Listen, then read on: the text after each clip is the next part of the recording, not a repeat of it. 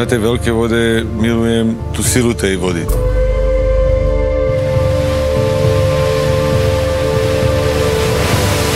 Musí sa nehať vytopiť, vyplaviť. Jednoducho musí si to vyglgať.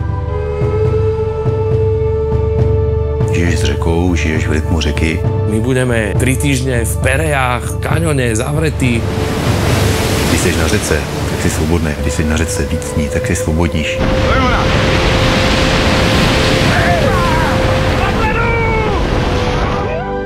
To tak jakoby víš, vidíš, cítíš a víš, co se stane.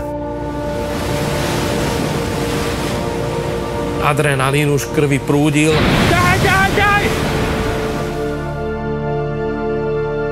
Úplně největší kouzlo je v tom, že se odpojíš od toho běžného života, který vedem.